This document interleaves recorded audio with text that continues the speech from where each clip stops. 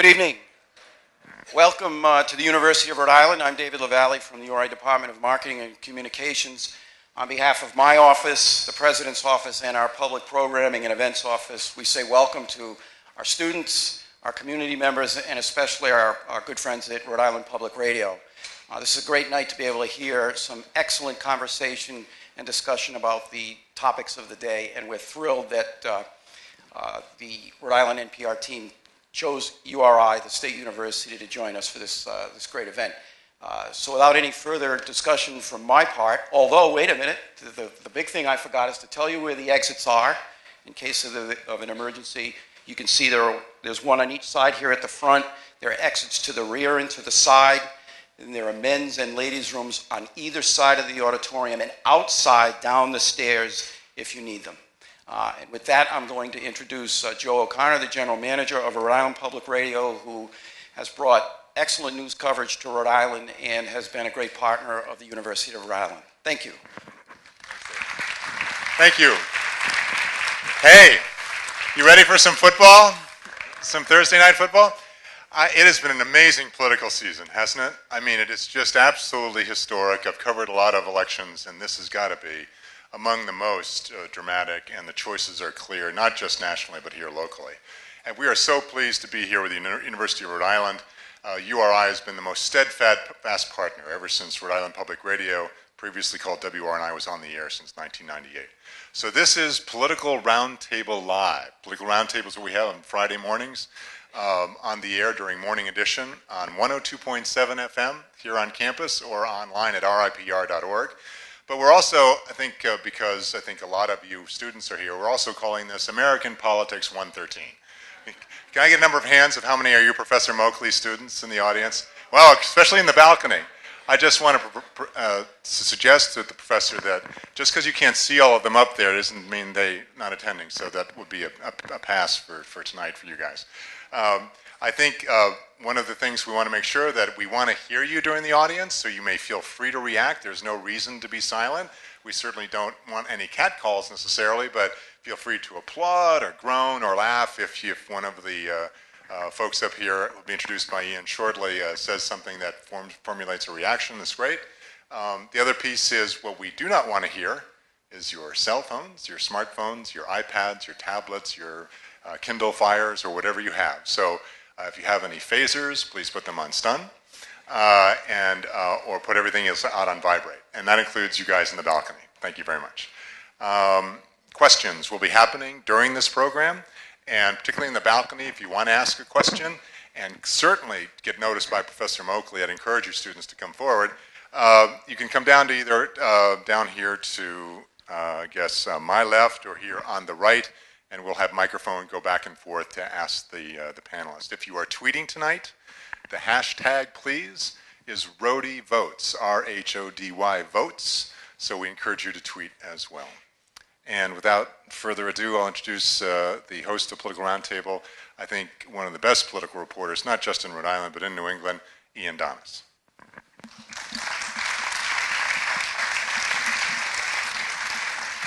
Thank you very much, Joe, and good evening, everyone, and thank you for coming. Before we get the panel going, I'd like to explain just a bit about how this is all going to work. We're recording this conversation so we can air it Sunday morning on Rhode Island Public Radio. So we're going to make it sound as live as much as possible. In a minute, we'll need you to be quiet, and we'll start the introductions. That will be your cue, with the help of one of my assistants in the front row, to applaud if you feel like it. She's actually my boss. And at a few points during this conversation, I'll take a quick break to remind listeners at home what they're hearing. After the recorded portion, we'd like everyone to stay and keep talking, and we'll take questions from the audience. Okay, I think we're ready to go. If everyone could remain quiet, we'll begin. Hello and welcome. This is a special program. It's the Political Roundtable Live, coming to you from Edwards Hall at the University of Rhode Island. The calendar has almost reached November, and that means Election Day is fast approaching. A lot is at stake on November 6th, the presidential race, Rhode Island's 2 congressional seats, the composition of Rhode Island's General Assembly, and one of the state's 2 Senate seats. Those are some of the topics we'll explore. I'm Rhode Island Public Radio political reporter Ian Donnis, and I'd like to introduce our guests. On my left is Scott MacKay, Rhode Island Public Radio's political analyst. Before joining Rhode Island Public Radio in 2009, Scott for many years covered politics at the Providence Journal. And on my right, someone very well known to you, Maureen Moakley, a professor of political science at the University of Rhode Island. She's also a regular panelist on our RIPR weekly political roundtable. Thank you for joining us.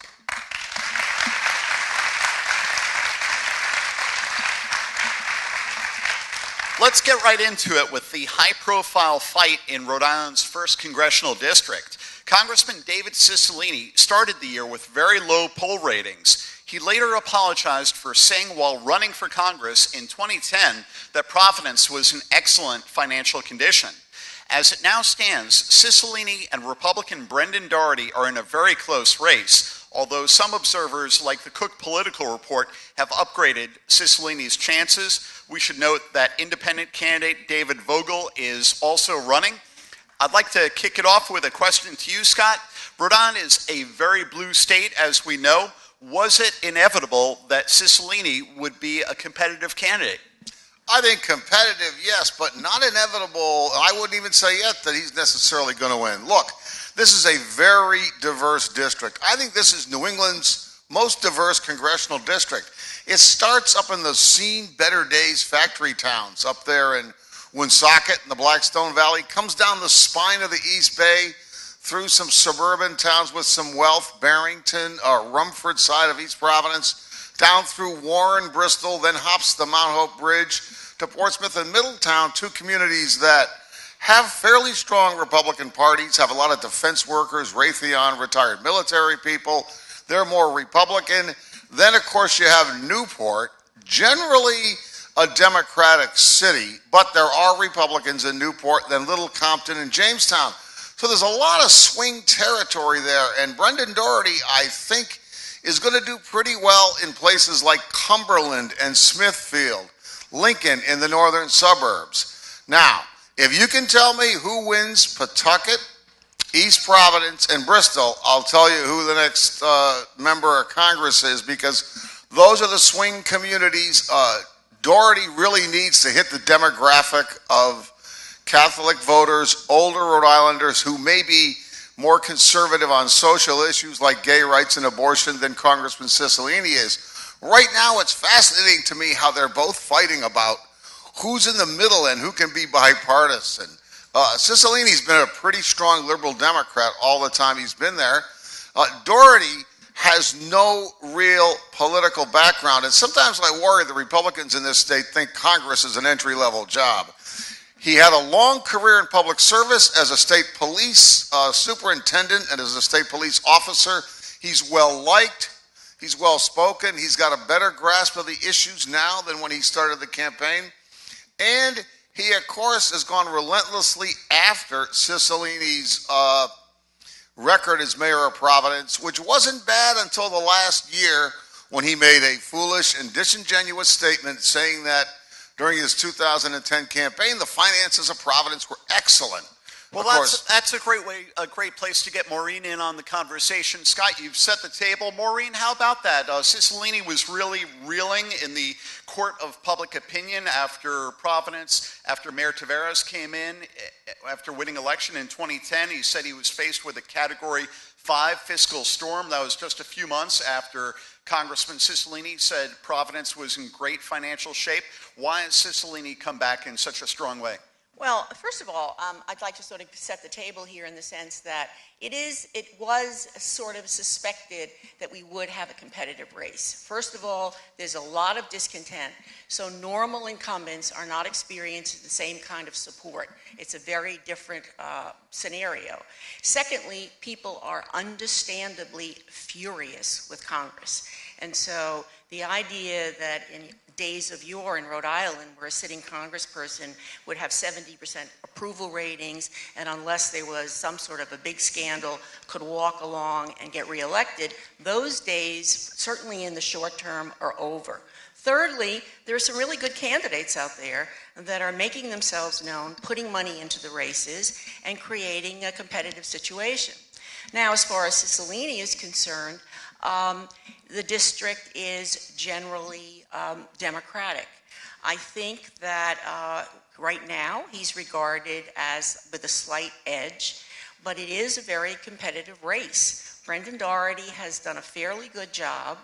I think right now, right before the election, I think what's worn a little thin, frankly, is the whole discussion about what he did in Providence. I mean, I think that's over. I think that's old.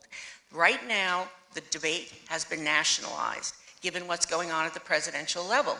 We're all talking about national issues, and if Doherty wants to get into the game, he's got to change his tactics and start talking about national questions. He's done that. He did that in the last debate in the sense that he's talking about Simpson Bowles. He's talking about supporting changes in Social Security, recalibrations, if you will. The only unfortunate thing is, as he's changed his strategy, if you will, to the national stage, he's not that accomplished a debater, A. And B, he has to give a more nuanced and subtle message. David Cicilline can just say, we're not going to change anything. Everything's going to stay the same. But what Brendan Doherty has to do is say, well, we're going to leave it the way it is for older people, but then he's talking about recalibration. That's a very difficult message to get across. So in that sense, on a lot of these national issues, Cicilline at this point has the easier task. One of the points that Doherty is making is that he's a Republican. The Republicans will probably hold the House in elections November. So what about Doherty's argument that would Rhode Islanders be better served by a Republican congressman if the GOP holds the House in November, Scott? I think it's a good argument. I think it's one worth making right now. I think what Doherty has to prove to sway uncommitted voters is that he's going to get out there and be Rhode Island's congressman. And he talks like this now more and more, and that he's going to be for the interests of Rhode Island, be bipartisan, and that he's not going to be captured by the Tea Party and the Republican Party that's now really run by the Sun Belt and the states of the old Confederacy. You know, he talks about being John Chafee. Well, I'll tell you what, John Chafee's Republican Party is extinct. John Chafee today, a guy who's for the EPA, for abortion rights, for universal health care, can you think of him winning a closed Republican primary anywhere in this country? It just couldn't happen. So I think that Doherty's smart to try to bring up this independent trope. Scott Brown is doing very much the same thing in Massachusetts, and you will see Doherty invoke Brown as somebody who is an example of a bipartisan Republican. But I'm telling you, there's very few of them. And the bipartisan Republicans there have been, like Dick Lugar, the senator from Indiana, they just get bounced out by the Tea Party. Maureen, I'd like to come back to something that you mentioned. You suggested that the stories about Cicilline's management of Providence are receding in time. Perhaps the potency of that issue is fading. Other people might say that Cicilline's comeback shows that a politician can get away with deceptive behavior. What do you say? Well, I think it's a little of both. In other words, he's made a persuasive argument. We've heard it over and over. And as I said, I think part of the comeback is that, it's switched to the national level. I think that's really what's important. And the other thing is, when you were talking about one of the things where Doherty has positioned himself quite well is going after Cicilline as an extreme liberal, in the sense that some of the positions he is part of an extreme wing of the Democratic Party. And there's a load of voters in this state who are independent, and because of the demise of the old New England Republicans, they sort of have nowhere to go. But they could, I think Doherty's message can resonate with them, and I think that's why he's got a chance. All right, we're here in the 2nd Congressional District, so we don't want to ignore CD2. Democratic congressman is being challenged by Republican Michael Riley and independent candidate Abel Collins. Scott, give us a little bit of your view of this race. What are the main differences between the candidates, and how do they stack up? Well, it's pretty interesting in this one. You have Jim Langevin fairly traditional Democrat. He's a guy who's really never lost an election. And every couple of years, generally in a primary, some liberal, usually a woman, pro-choice, Kate Coyne McCoy, Jennifer Lawless, Betsy Denigan, would run against him and, get 35% of the vote and lose. And Langevin goes on to win. Now, most incumbent congressmen or women who keep their nose clean and stay out of trouble, about 95% of them get reelected. And right now, that's why you have to give Langevin the edge here, more than an edge. I think he's leading in most polls pretty comfortably. The other thing is the base of this district. It's fun to talk about if we're in Kingston or North Kingstown or South Kingstown or Westerly. But the votes in this district are heavily in Warwick and in Cranston. And Jim Langevin has always had a very strong bulwark in Warwick, his home city, and he, of course, has a biography, a life story to tell about being a young explorer, police cadet kid getting shot, becoming someone who's been confined to a wheelchair, quadriplegic ever since, and he's made a lot out of his life. And he worked his way up the political system from a constitutional convention delegate to state representative to secretary of state. And I think he's going to be hard to beat him. I will say that Abel Collins, the independent, has run a very spirited campaign, much more so than Mr. Vogel, who's the independent over in the 1st District. All right, Maureen, let's get you to weigh in on the same question. Well, I agree. I mean, that this is a traditional Democratic district. One of the other differences that we haven't mentioned is tied up with the extreme discontent about Congress per se, we have Michael Vogel, and one other dimension is money. He's got a lot of money. He's been spending it. There's a lot of ads. And I think given the kind of dissonance, A, and B, the fact that this district is becoming somewhat more Republican, I think that has, I certainly expect Jim Langevin to win. But I think Riley is mounting a very interesting challenge. What's interesting about that is traditionally, in terms of unseating an incumbent, the pattern is usually you sort of dust them up the first time and then you go after them again. But I asked Michael Riley and he said, no, this is it. This is his shot. He's not going after him again. So it's unsettling. I think there's, and I also think Abel Collins is running a very energetic race. And I think that's great because I think voters get a chance to look at different people and look at different perspectives and consider, different ways of thinking about representation. But in the end, this time, I expect Langevin to take the seat. Scott, tell me very quickly, why haven't we seen any Republicans in Congress from Rhode Island in so long? Well, the 2nd District had a Republican Congresswoman, Claudine Schneider, for 10 years. And she'd still be there had she wanted to be, and she left mainly because she tried to run against Senator Claiborne Pell in 1990 and got defeated. She was very good.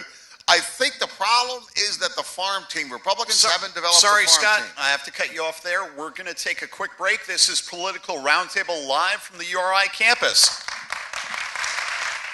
We're back with Political Roundtable live in Edwards Hall at the URI campus. We're joined by Rhode Island Public Radio political analyst Scott MacKay and URI political science professor Maureen Moakley. I'm Rhode Island Public Radio political reporter Ian Donnis.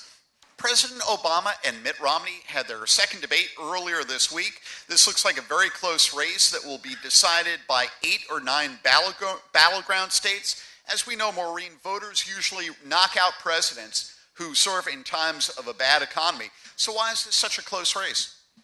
Well, I think it's such a close race because, again, people are very concerned about the economy. I think things have changed dramatically. Incidentally, we were talking to Jennifer Cook this morning, and she raised the possibility that we may have Obama winning electorally and Mitt Romney winning the popular vote. It's really astounding how the numbers have moved, and given certain constituencies, he's doing very well. So it is a very tight race, I think unexpected. Let's hear from Scott on that. What do you say, Scott? The economy, the President Obama inherited a bad economy. It's still quite bad, although there are some minor signs of improvement. Why does he have such a good fighting chance when President George W. Bush, the economy was clearly a big part of his defeat last time? I think that there's... 2 cycles ago.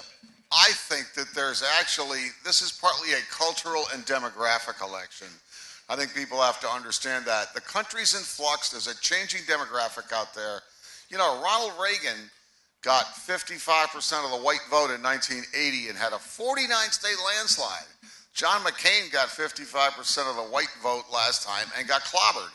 What you have is a changing America, and I think that the minority voters, Latinos, African Americans, younger women, it's almost like we've got red America and blue America, and they seem locked in.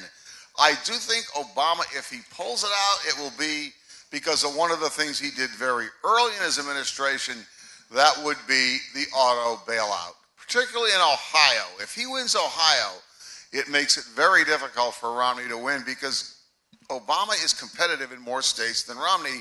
And Ohio has an awful lot of workers who work in the auto parts and auto industries, and this has really helped to keep Obama competitive in those states. Let's go back to the first debate between President Obama and Mitt Romney. Maureen, as we know, the president is a very gifted speaker, but he turned in a lackluster performance in the first debate. Do you think that was just a deliberate strategy that backfired, or is the president sometimes his own worst enemy? I don't know if it was a deliberate strategy, but it certainly didn't work. I think it was very interesting because it let the American people see Mitt Romney, and he was able to play to the middle.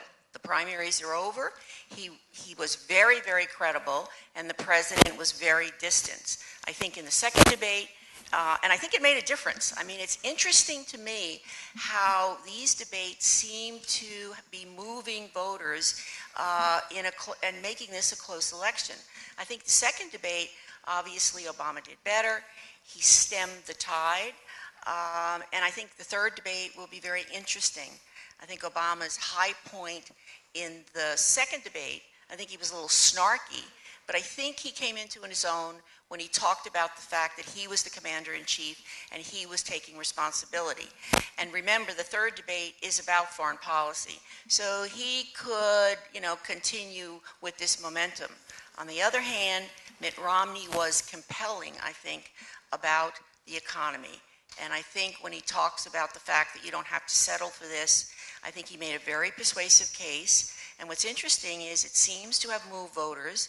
Moreover, what's especially interesting is it seems to have moved women voters in that sense that the gender gap is closing, and particularly among married women, they seem to actually, Romney is running ahead right now with married women.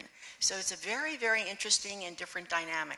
Scott, we obviously have a lot of college students in our audience here. What are the big differences that will be made in their lives depending on whether Barack Obama or Mitt Romney is the inhabitant of the White House next January? Well, it depends who you believe as far as being able to jumpstart the economy, first of all. Secondly, there are other issues that really are unique to college students. One is this whole question of Pell Grants and the question of who you believe on keeping student loan rates down.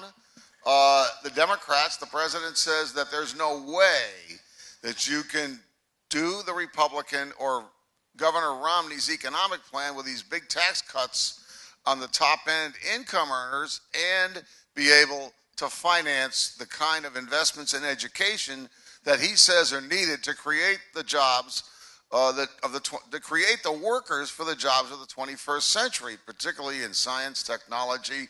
So I think it depends what you come down to. On the other hand, I saw Romney addressing that college student the other night and making the point that, Obama's had 4 years and this thing does not appear to be working, and that's going to be their argument. So it comes down to who you believe and who you think can work with the Congress and try to move this forward. Now, I will say the first debate, what it did, I think, was it was the first time, really, that people in this country saw Mitt Romney as a credible president. And that, I think, was what that first debate did for him. It opened the door to some voters who were before that undecided, or they were lukewarm supporters even perhaps of the president.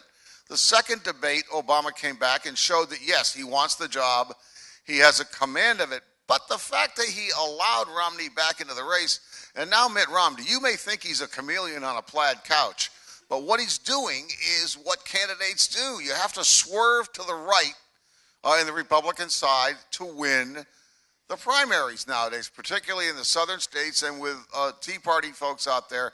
So he's trying to come back to the middle and become the kind of person he was when he was the governor of Massachusetts. Don't forget, Obamacare, the model for that is the plan that Mitt Romney put into practice in Massachusetts, and which he spent the entire spring primary season denying was a good program. The last presidential debate will be next week on foreign policy, and Romney has been very critical of the White House over its handling of the death of the U.S. ambassador to Libya. What kind of fallout do you expect from that, Maureen? Well, I think certainly there'll be plenty of prep, and I think that Romney is in a position to critique, especially what's going on now with different, dissidents and almost it's a civil war now in Syria. So I think he can make a case, but I think, given that the president is the commander-in-chief, I think he has the edge there. The question becomes, if they get into the questions about the military, in the sense that, Romney makes this kind of, in my mind, simplistic argument that we're just going to keep the military strong. And, the burden that the Obama administration has is to be credible, but yet acknowledge that the whole paradigm has changed. And really what we're talking about is a very different conception of how we engage in military actions. That is, kind of a very different model, no more boots on the ground, the whole debate about drones. So it'll be curious, I can't say, I'm interested to see how the candidates are going to handle that, and particularly how Mitt Romney's going to handle it. Scott, let's take a look at the big picture here. The economic recovery is very tentative. A lot of Americans are still hurting. Young people are concerned about their economic futures. Democrats and Republicans can't get along in Washington. Are our elected officials really up to the task of dealing with the challenges that we face as a nation? Well, look, politicians generally muddle through. That's how these things get done. And I think they react on crisis, and I hate to say it, they're reactive more than they are proactive. So I think you're really probably going to have to get to January 1st when this fiscal Thelma and Louise is about to hit us, and then decisions will have to be made. This sequester that they put out there will cut military spending so far below what either side wants. And the same thing with the social programs. There's got to be a middle ground. There is a way to do it. If each side would stop relentlessly playing to their base, and perhaps after the election that'll stop, although I look at the people both sides have nominated for the Senate in particular, and I'll tell you, they are very polarizing figures. I'd like to put the same question to you, Maureen. I remember one of our previous guests on our weekly political roundtable, State Senator Dawson Hodgson, a Republican from not too far from here, said the real difference at the State House isn't Democrats and Republicans, it's adults and children. A lot of Americans would probably think the same thing about our Congress. Are our elected officials up to the job that faces them? One wonders. I mean, it is a scandal in the sense of how this polarization has continued to affect the fact that we're not getting anything done. The big question to me is, no matter who wins this election, what happens with fiscal policy? I mean, it's one thing, we know we're going to have to recalibrate Social Security. We know that there are going to be changes in Medicare. We know that we are going to have some form of health care. The question is, how this plan is going to play out. What we don't, and the other thing is, we know that these two candidates are now like fossil fuel Uber guys. I mean, they're all talking about drilling. And so there's a lot of consistency in terms of their message. But the one thing that I think is critical is, if Romney were elected, how could you possibly do this without bringing in income, taxing making wealthy people pay more than, pay their fair share. And that's the one glitch that I find very, very difficult to imagine. I mean, it's one thing to say to grow the economy, but what do you do when you get there on January 1st? And how do you handle the fiscal cliff? How do you handle raising the debt ceiling? How do you handle the students right now that can't get loans and come out of college, with very high loans and no jobs? And I mean, getting the economy revved up is going to take time. And I think that's where this debate becomes unrealistic. You're listening to Political Roundtable live at URI. We're talking state and national politics with URI's own Maureen Moakley and my colleague at Rhode Island Public Radio, Scott MacKay. I'd like to bring the conversation to the U.S. Senate race in Rhode Island. Freshman Democrat Sheldon Whitehouse is being challenged by Republican Barry Hinckley. This is another case where an underfunded Republican who's never held political office is running against a guy with a big war chest and a long resume. What do you make of this matchup, Scott? Well, what I was starting to say before is that one of the Republican Party's problems in Rhode Island is the lack of a bench.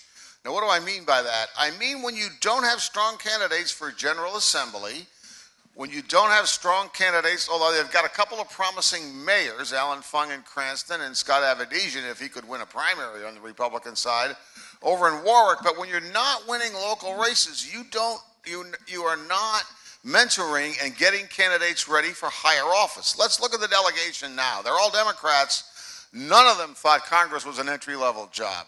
All of them either served in the legislature or, in Whitehouse's case, in a long slew of state jobs, business regulation head. Then he ran for attorney general. He was U.S. attorney. So the Republicans aren't doing what they did in the 80s when they'd have people like Susan Farmer coming out, Claudine Schneider. They were actively recruiting women, which really helped in the 80s. Don't forget, the first woman elected statewide in this state was not a Democrat, because the Democratic Party was a clotted group of state house pals who weren't going to push any women into office. It was Susan Farmer in 1982 who wins statewide for the first time, and Claudine Schneider wins, an election in Congress. And I think in Hinckley, who, by the way, is a decent guy, he's worked very hard. He's better on the issues, explaining them in many ways than Doherty is. He's pretty articulate, but he doesn't have any money, and he really has never, played this game before. This is his first run, so it's interesting. Before we move on, Scott, what about Arlene Violet? She won statewide as Attorney General back in the 70s. She did. She only held it the 80s. She only held it for one term and really wasn't a force after that. Maureen, what about Scott's question? Why does the Republican Party not have a better bench here in Rhode Island? Well, this race, by the way, the Senate race, is a typical race that we have had for decades. That is that the sitting incumbent has a lot of money, is a Democrat, there's not a strong bench, and this is more of the same, as in counter-distinction to what's going on in the Congress. The congressional seats, they're a little more, the House seats, where there is a little more energy. What's happened is it continues to be the case that there's no place for the New England Republican Party. Those really thoughtful, progressive people that were fiscally conservative, but really lent something to the democratic process. I personally thought that one of the most poignant speeches at both of the conventions was Lincoln Chafee's speech about why he left the Republican Party. I mean, this was a party that supported abolition. This was a party in 1940. They put the Equal Rights Amendment into their party platform. They took it out in 1980. When the party was founded, I was reading a biography of William Stewart. One of the things that the party promoted was education for immigrants, welcoming immigrants. And so here you have a party that has totally disintegrated, and you've got a displacement of people of goodwill who really can't connect into the system. That's why, we have the largest group of independents, the largest group in this state are independents who won't affiliate with either of the parties. Now, most people suspect that Democrats will hold the Senate, but how would you describe the main differences on issues between Sheldon Whitehouse and his Republican challenger, Barry Hinckley, Scott? I think Whitehouse is a traditional Democratic liberal. He's very supportive of the president, very supportive of the Affordable Care Act, national health care, and Hinckley is more conservative. He's basically saying, I'm a businessman, that's my background, I know how to create jobs, we shouldn't be taxing people to death, I don't like the Affordable Care Act, I think it's big government. He even went so far as to call it socialized medicine in an interview with us over at Rhode Island Public Radio. So I think you've got a right of center Republican running against a left of center Democrat. The problem for Hinckley is that nobody knows who he is, and he hasn't been able to raise enough money to do anything about it. And to go back to the Republican Party's problems in this state, let's go back to 2006, where you've got a sitting Republican U.S. Senator, which even Grover Norquist said from Rhode Island, a Republican U.S. Senator is a gift from God. And what happened to him? All these national conservative groups went out, raised a lot of money, combined with the local conservatives here to run against Link Chafee and dirtied him up enough in a primary so that that helped him or contributed to his loss in the general election. So what you've got is, it's not just polarization in Washington. You have what I call bottom-up polarization. It comes from the Tea Party. It comes from the voters. Scott, and it also comes from a divisive Republican Party in this state. I mean, there's 26 of them, and all they do is they can't get together. They all hate each other. And that creates real problems. As Maureen's saying, there's long been a split between conservative and moderate elements in the Rhode Island Republican Party. What advice would you give that party if it wanted to build up its bench in a relatively quick sample, Scott? My advice would be, given the amount of lethargy and corruption and, frankly, stupidity at the State House, I mean, need we say 38 studios? If I were Republicans, I'd be running an anti-incumbency race all across this state.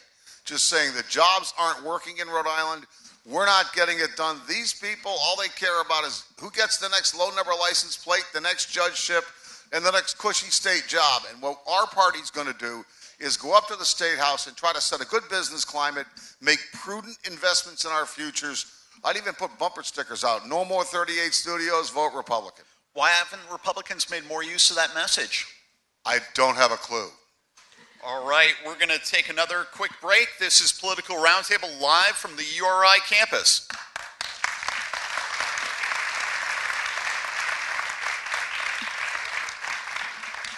We're back with Political Roundtable live in Edwards Hall at the URI campus. We're joined by Rhode Island Public Radio political analyst Scott MacKay and URI political science professor Maureen Moakley. I'm Rhode Island Public Radio political reporter Ian Donnis. We were talking about 38 studios, and I'd like to delve a bit deeper into that because that was certainly a disastrous investment for the state, and taxpayers here are on the tab on the order of $100 million. What kind of impact do you expect from this, Scott, in legislative races in November?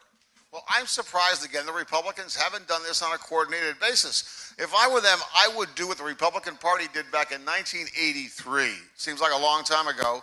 But what happened was the Democrats at the State House, they had a guy named Rocco Catroci, who was the majority leader at the State House, and he had gerrymandered the state Senate seats in what they call the Rocco's robots.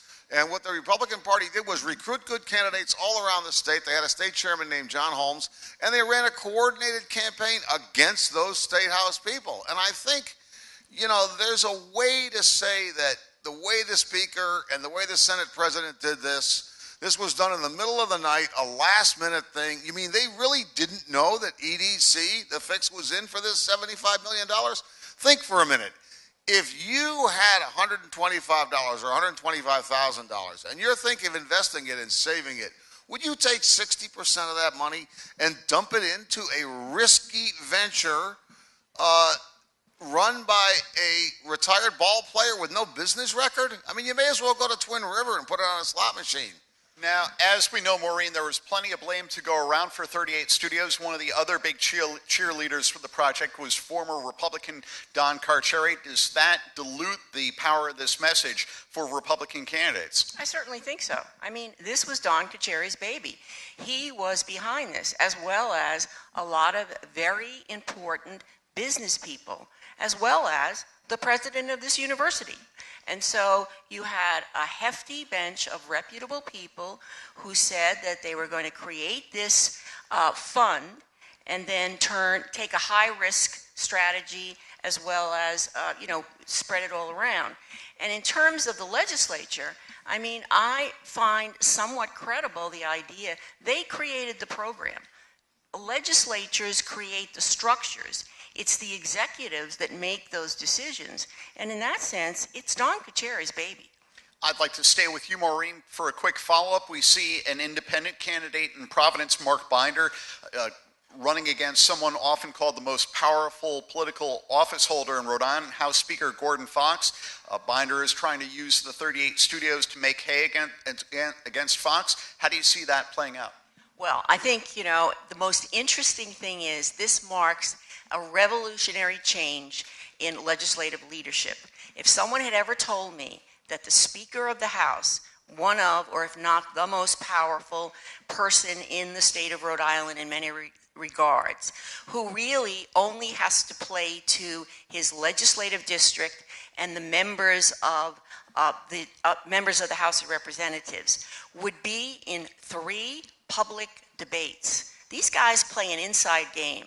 And so what's happening is there's a real difference in the sense that the kind of scrutiny that they're getting, thanks to a lot of different media outlets, by the way, people are paying attention to these races, and they're going to have to go out and make a case. That said, I think Mark Binder is making an interesting case, but I would be very surprised if Gordon Fox doesn't retain his seat in the legislature and his position as the leader in terms of being the Speaker of the House. Scott, we've documented some of the troubles of the Republican Party here in Rhode Island. As we know, Democrats have controlled the General Assembly for more than 75 years, since the bloodless revolution of 1935. Are they to blame for the poor economic shape that Rhode Island is in, and what have been the impacts of one-party rule? Well, it's kind of like what Will Rogers said when you come to Democrats. I'm a member of no organized party. I'm a Democrat.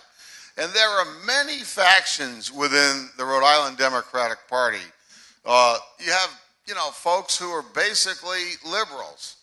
And that's what Gordon Fox, what he's responding to and doing these debates is, he comes from probably the most educated district in the state. These people expect him to be out there going to these community meetings and doing these things. He represents Mount Hope, Summit, and the Elm Grove Avenue part of the east side. Very wealthy, one of the wealthiest districts in the state, and a very highly educated district. And I think right next door, he saw what happened in the primary campaign to Patty O'Neill, J. Patrick O'Neill, who was the House Whip, and he's running an Oak Hill section in part of Providence's east side, and a lot of people peppered him during the primary with questions on 38 studios. They're upset about it, and O'Neill only won that race by about 130 votes against a very lackluster perennial candidate. So I think Fox saw the handwriting on the wall and realized he couldn't hide in his bunker and had to come out and address this in community forums, and that's what he's doing, and I would be very surprised were he to lose. Back to you, Maureen. What do you say the impact is of one party essentially controlling Rhode Island for so long? I think it has a negative effect ultimately. Let's be fair. The Democratic Party came to power, did many important progressive and liberal things, took people that were immigrants and provided for education. The state has a lot to be proud of, but the Democratic Party has become fossilized across the country. All the research shows one of the correlates to corruption and inefficiency is one-party rule. You definitely need competition. Unfortunately, what's happened is at a time when perhaps there was so much criticism and so much disillusionment with the establishment, there's no other party. The Republicans don't exist. The New England Republican, the group that was progressive, competent, is gone away. And so you've got this amorphous group. They can't get together. And so, frankly, as I said to someone else, there are a lot of people, they don't have any place to go. And so the idea, and now you get people running as independents. So after this legislative election, I don't think the Republicans are going to do much better. You're going to have some independents. You're going to have competition among Democrats, but we are really stuck in a kind of catch-22 when it comes to viable two-party rule. You're listening to Political Roundtable live at URI. We're talking politics with Scott MacKay and Maureen Moakley. Let's switch gears a little bit to discuss the economy and Governor Lincoln Chafee. Scott, you were here in 1984 when someone who would go on to work in the White House under President Clinton devised something called the Greenhouse Compact. It was meant to revive Rhode Island's economy, create the high-wage jobs of the future. Here we are. Almost 30 years later, the state economy is still struggling. Why can't Rhode Island get its act together on the economy? Well, it's kind of sad because a lot of the things that the Greenhouse Compact identified are still problems. And one of the reasons that Rhode Island has the toughest economy in New England is that we were the state most reliant on manufacturing industries. Now, this was great for years and years. If you go back to 1900, and I see Mr. Sharp here, you have a company that was literally the Microsoft of its era. In a machine age, machine tools were the language of business. And Providence was known as the most prosperous city in America. And one company, Brown & Sharp, I think they had 500 workers in 1895, and by 1905, they've got like 4,000. And Rhode Island had a lot of companies like that, cutting-edge companies. It also had a large textile and jewelry manufacturing base. Well, that all went away, and the Greenhouse Compact, saw that coming and said the state's got to do something about it. Now, the voters didn't like it because some people thought it was too much state intervention in the economy. Other people didn't like the fact that the State House, in the end, looked like they were going to control the commissions and the jobs, the usual old Rhode Island trope, what's in it for me? And I think this is what Maureen's talking about with this one-party rule, is that people get soft when nobody runs against you, and after a while, all you do is you just up there to self-deal or see what you can get or how good your pension is and things like that. So that's one of the big problems. I do think, however, that finally things are moving in the right direction. Tomorrow morning, you're going to see in the paper that our unemployment rate has moved down by 0.2%. Tax receipts are up, which is a good thing, both sales and income, and I think this is starting to turn around a little more. I also am heartened by the fact that what I see around Providence and Aquidneck Island is a lot of young people who are taking a risk coming to Rhode Island, and it's really fascinating to me how the young people who've just moved here or just graduated from college are so more enthusiastic about Rhode Island than the old Rhode Islanders that you hear. Oh, we're terrible. Call the talk radio shows. There's just this self-laceration thing in Rhode Island. It's like the Citra Reservoir has some drug in it. Well, Maureen, there is a ray of sunlight in the new employment numbers that show 3,900 people more are now employed who weren't previously in Rhode Island. Who gets the credit for that?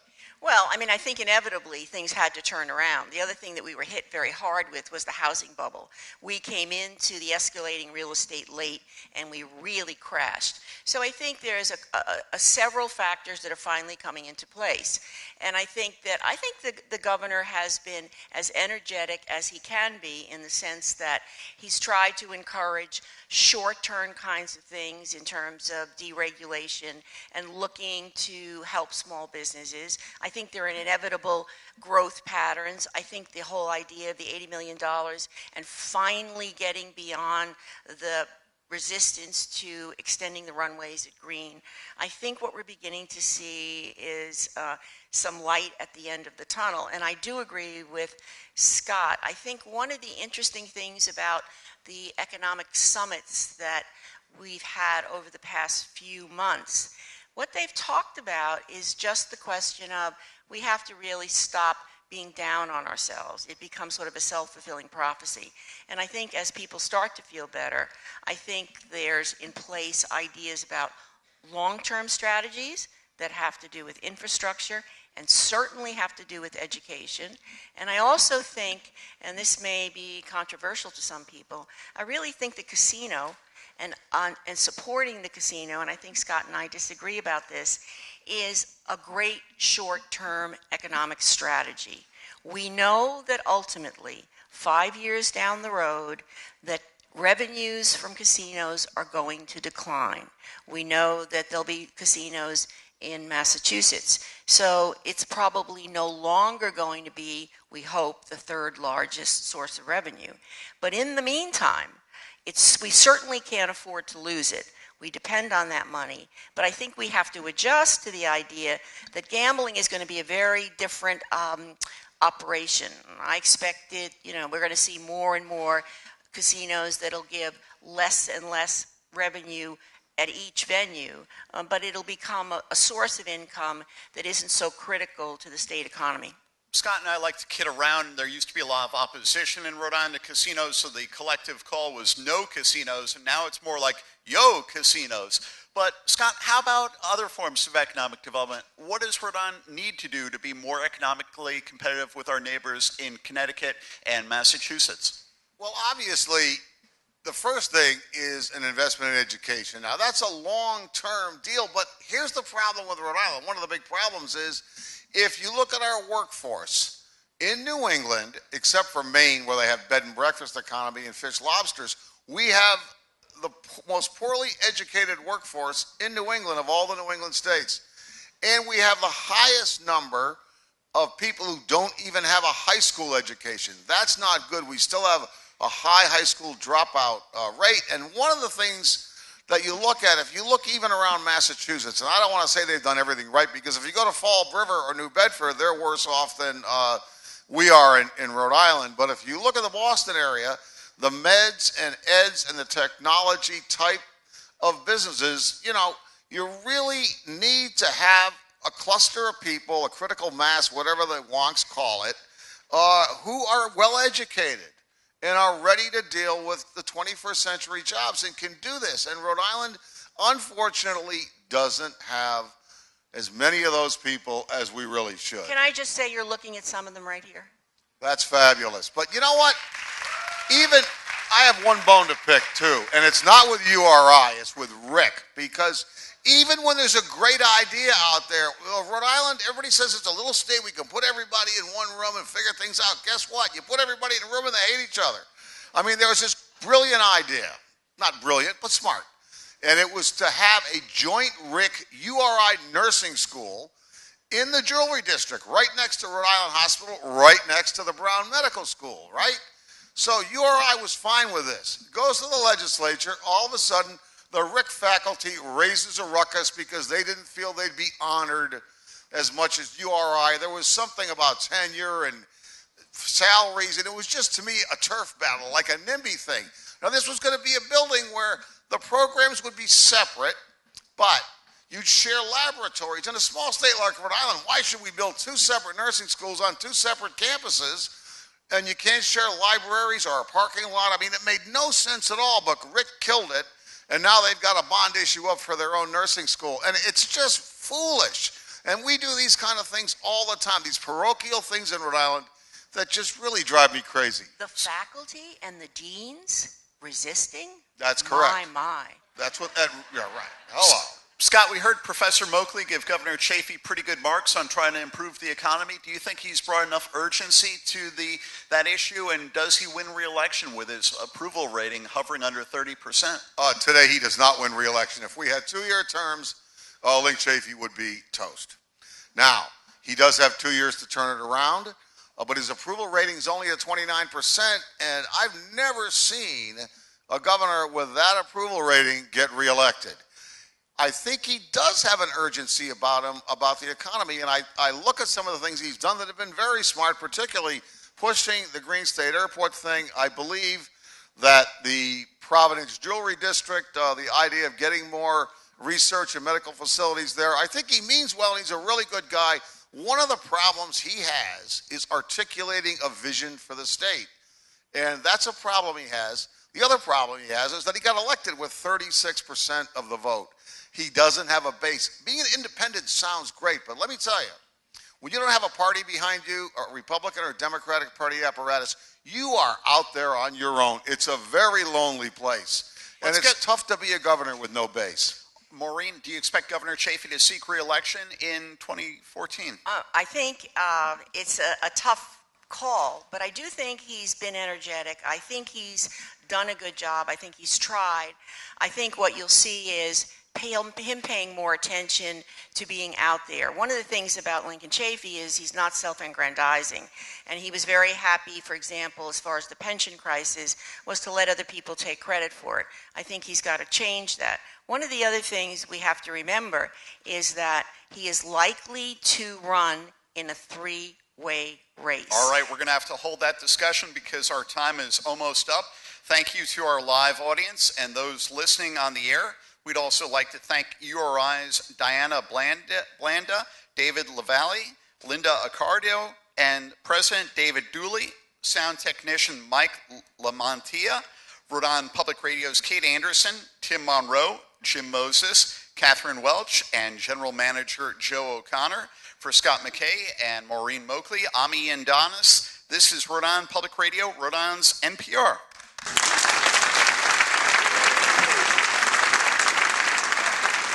All right, we're happy to take questions from the audience.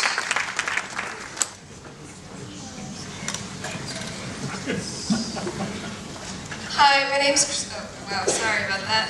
Hi, my name's Christina Ladonna, and I just had a question about the Senate race here in Rhode Island. The Green third-party candidate in Rhode Island has been shut out of the public Senate debates in the state. 2 questions. Do you think this kind of censorship is hurting our democracy? And if he had a larger financial backing, do you think he'd have a chance of winning?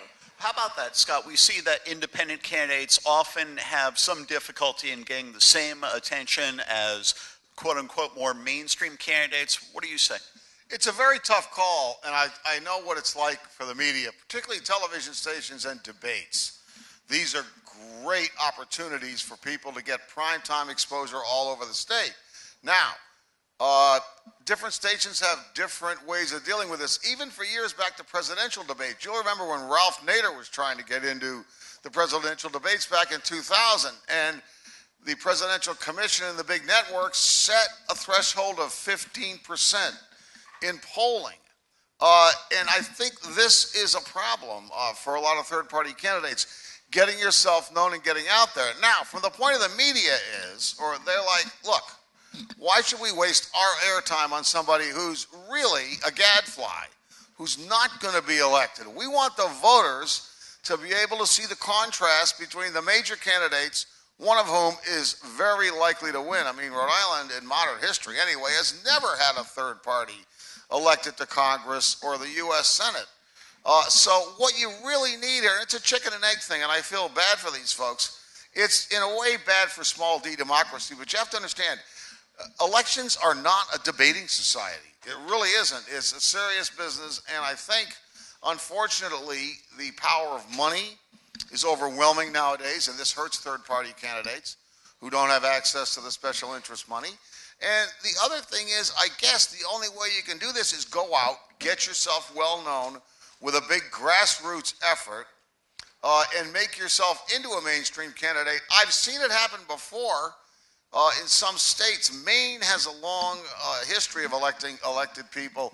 The most dramatic example in New England is Bernie Sanders, who is a U.S. Senator from Vermont. I mean, here's a guy who ran on something called the Liberty Union Party, used to get 3% of the vote. He ran as mayor of Burlington, kept running. He ran like 8 or 9 times, didn't get anywhere. Finally, once he runs for mayor of Burlington, Vermont, he wins by 10 votes. He gets in, he does a good job. People like what he did for the city, and as mayor, he was able then to move up. Part of the problem is people, for some reason, think these big offices are entry-level jobs, and I can't figure it out. You got to start small and move up.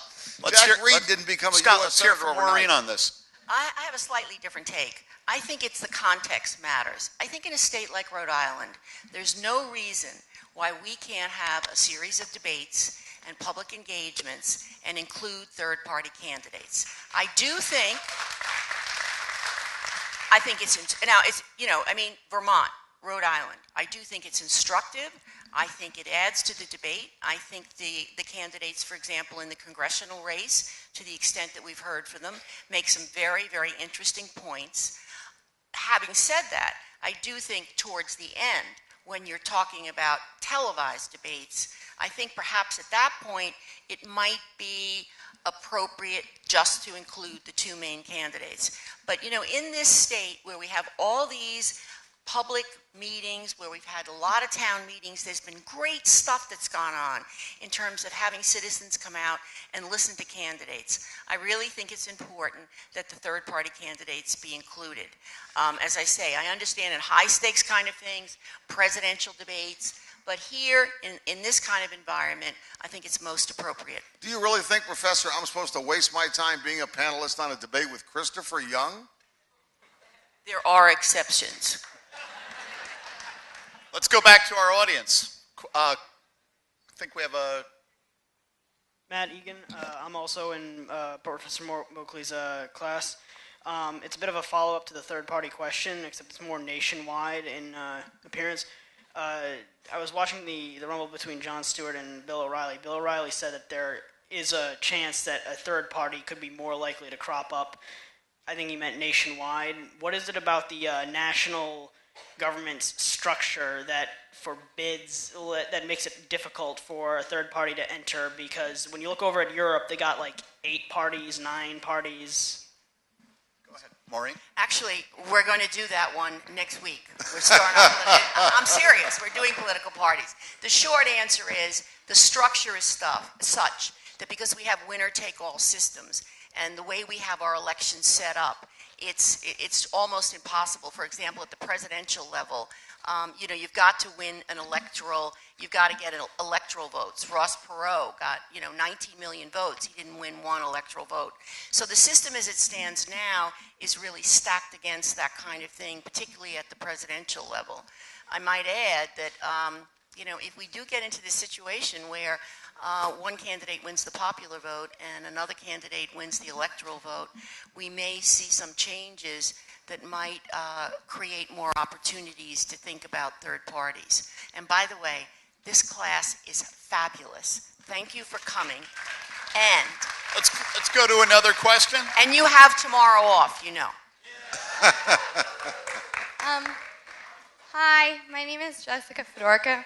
Hi, Professor Moakley. I'm in her class. I'm the vice president of the Gay Straight Alliance on campus, and obviously DOMA is a really important issue to me. What do you think on a state level we should know as voters, and also, I guess, on a national level? Well, I think one of the things at a state level, I think one of the reasons why Gordon Fox, the Speaker of the House who is gay, is running for re-election is that I think it's his mission now so that we get marriage equality in the state of Rhode Island. One of the heartening things is if you look at the data, you can barely look at a poll month to month, and the numbers change so dramatically. We are moving into a very different world. The Pew Trust released a poll today, and Latinos, who generally are very conservative, now we find a majority of Latinos, 53%, approve of gay marriage. It's moving so fast. I know it's discouraging because it's probably not fast enough, but their time is coming. And I also think it'll be interesting to see what the constitutional challenges at the Supreme Court do as far as challenging that act and its constitutionality. I think that has a chance, even in this court, of being struck down. I think more interesting even than the legal challenges are the referenda around the country in the states of Washington and Maine and Minnesota, which this year, this November, just in 2 weeks, 2.5 weeks, there may actually be for the first time ever, and the main polling is showing this, and in Washington too it's very close, for the first time ever, citizens actually may enact a gay marriage law in a state through referenda, popular vote. It's always better to have it done that way than it is through the court edict, because when it comes from the bottom up, it has more popular support. Another question from our audience. We do, but first I have a question. Is the hashtag Moakley Rocks for Maureen?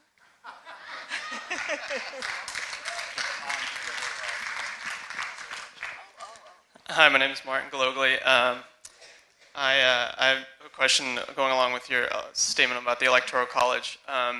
Given the swing votes or swing states recently, all the attention they've gotten, and the relative marginalization of other states like Rhode Island, where it's generally accepted that we're going to go blue and Democratic, wouldn't it make more sense to move to a popular vote, which would allow for everyone or every state to be, I guess, given equal attention?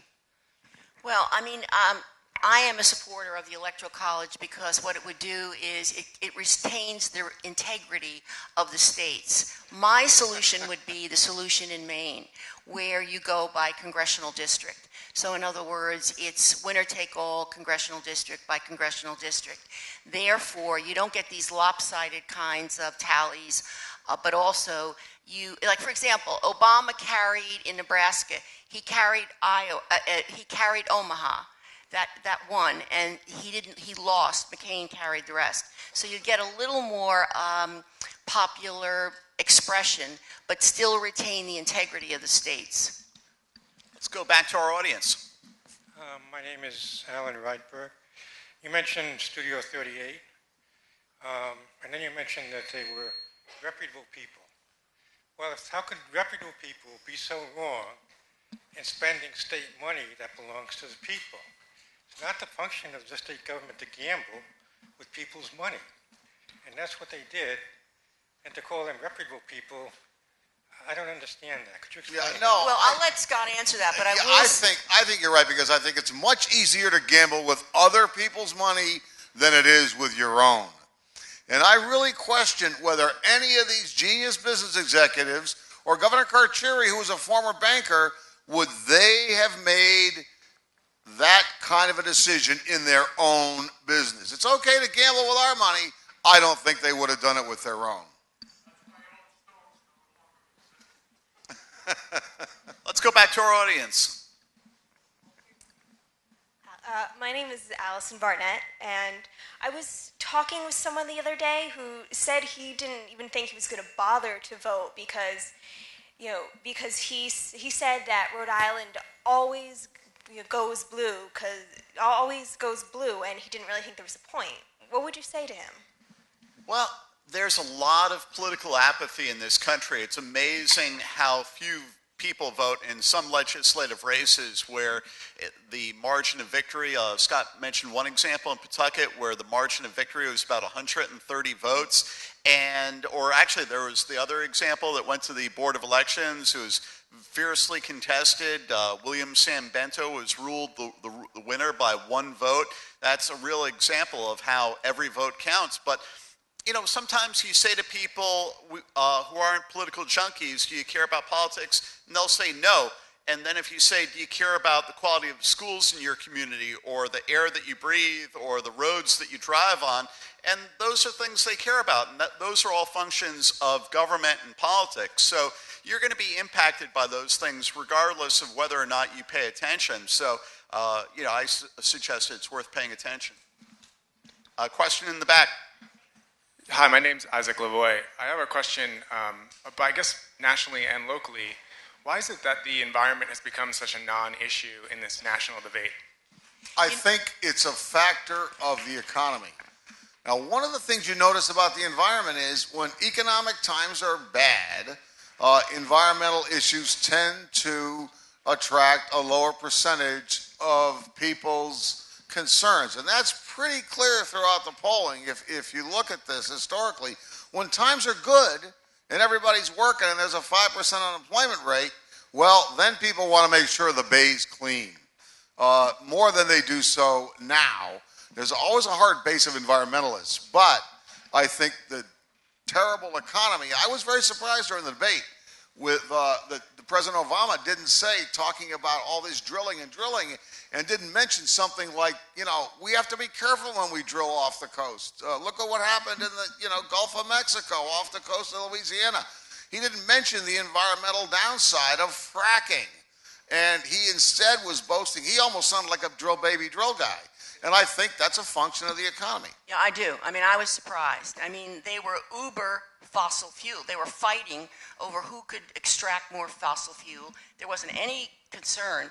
And I think it's a perfect example of, you know, Romney has been so strong on rebuilding the economy that it was fascinating to me that Obama was not going to go there. He was not going to raise any kind of non-economic argument, although certainly you could make it in the long term. But I think it is an example of how close the race is and how that has just receded given the condition of the economy. It is stupid, though. I will agree. It's really dumb. I'll tell you why. I go back in this state's history of the 1950s, and do you realize that there was a serious plan to build the biggest oil refinery on the East Coast on the northern end of Jamestown? And it almost happened. There was a bunch of wealthy summer folk from Newport who hired a very good lawyer, and they fought it in federal courts, and finally this company, Commerce Oil of Oklahoma, just threw up his hands and said, I'm sick of fighting with these people, we're not going to do it. And years later, the Governor Roberts, was asked why he would ever think about this, and he said, you know, it was the mid-50s, every week you pick up the paper, it brought news of another textile mill moving to Georgia or South Carolina, and he said we were bleeding jobs and we were desperate. And so you have to be careful. Environmentalists have to be careful, which is why I worry about this RIPEC idea of having an economic czar in the state who the DEM person would report to. I mean, do you really, really want that to happen? I'm not sure that's a great idea. We have a question in the back. My name's Dave Fisher. I've met you all. I won't stump for my guy. Something that's occurred to me recently is, and I'd just like everybody to weigh in on it, is I really believe that the ultimate goal of any political party should be the dissolution of that party. Let's take the Green Party, for example. If they can go down their list and check off all their boxes, they've righted all the injustices they've seen, they throw up their hands, say, hey, shake, pat on the back, nice job, we're done. Do you honestly see the Democrats and Republicans in this country on a party level doing that, or do they just feed into their own propagation? Well, they're the exact opposite of the kind of philosophy that you're outlining.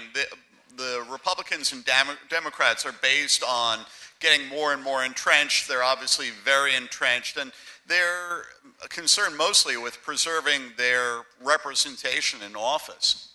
Well, they're concerned about winning elections, and a lot of the Green Party people we see are cause people. What they really care about is changing the world. They really care about global warming. They really care about the environment. They care about equality for women. They care about these big global issues, whereas the Republicans and Democrats have a much more mundane way of looking at the world, which is, how do you get 51% of the vote to win the next election? Yeah, but the ideal situation and how it has often worked in the past is, first of all, we need political parties. You can't have a democracy without them. The ideal situation is when the Democratic Party adopts the policy of civil rights and makes it their policy, that's when it happens. And that's how parties, ideally, when they're doing what they're supposed to do, operate. And we need them. Unfortunately, so often they lose track of that goal, and their goal becomes, self-aggrandizement, winning seats, contracts, that kind of thing. But they can be very effective, and I point out the Democrats and civil rights as an example. I will say one other thing. Third parties have a long and storied history in this country. If you go back to 1912, I believe, look at Norman Thomas's socialist program. Guess what? It all gets adopted, not all of it, but a lot of it gets adopted by the Democrats during the New Deal, including Social Security, workmen's compensation, the Wagner Act, which gave unions the right to organize. So third parties and things like the environmental movement, would Richard Nixon really have set up an EPA without Earth Day and all of that movement in the early 70s? I really don't think so. So these movements do have an effect the problem is, usually it happens when they get co-opted by one political party or the other. Well, that's good, because once they're co-opted, then it becomes part of the main agenda. That's the idea. We have a question up front here. Hi, my name is Jake Denike. I'm in Professor Moakley's class. Why do you think the National Defense Authorization Act hasn't gotten the mainstream media attention it deserves? You know, I think that's one of the things that the candidates are afraid of really discussing. And, you know, it's like the fiscal cliff. You know, the short answer is, I don't know. I mean, those are relatively important issues, and somehow they've been obfuscated.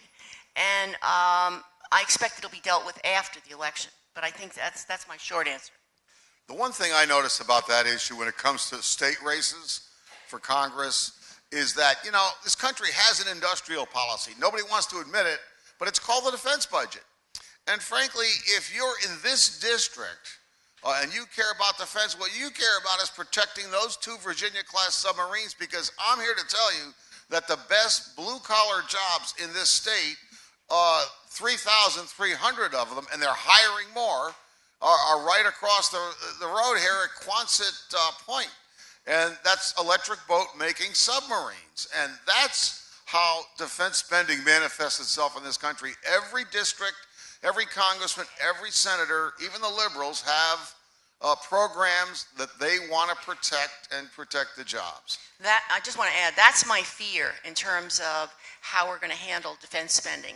I was at I was at a meeting of political scientists, and Barney Frank talked, and he talked about the fact that after the election, that what we were going to do is recalibrate the military. And, you know, we don't need 500 bases in Europe.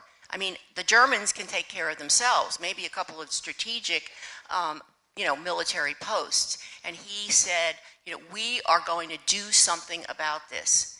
2 weeks later, I read in the paper that they are trying to discontinue in Fall River one of the, you know, weapon systems, and Barney Frank is out there saying, "Oh no, we're not going to do this. This is strategic." Yeah, and so that, you know, then I realized this is a huge and difficult problem, and it's going to be very, very tough to handle because Congress has so many interests in keeping these weapon systems and these bases. This recalibration is going to be a tremendous challenge. In South County and Rhode Island and over in East Bay, I will tell you the best blue-collar and some of the best white-collar jobs in this state are defense spending jobs or naval research jobs. And that's, you know, those are big things. And Jack Reed, I will tell you, they're very happy with him at General Dynamics because Jack Reed is the first, I believe since John Pastore, years and years ago, he is now the chairman of the Shipbuilding Subcommittee on the Armed Service Committee, Appropriations Committee in the Senate, excuse me. He's also on the Armed Services Committee. So you can see how important and what Jack Reed sees as his job there, which is, of course, to do all he can to protect defense jobs for Rhode Island, and that's what he does. Thank you for joining us. You've been a great audience.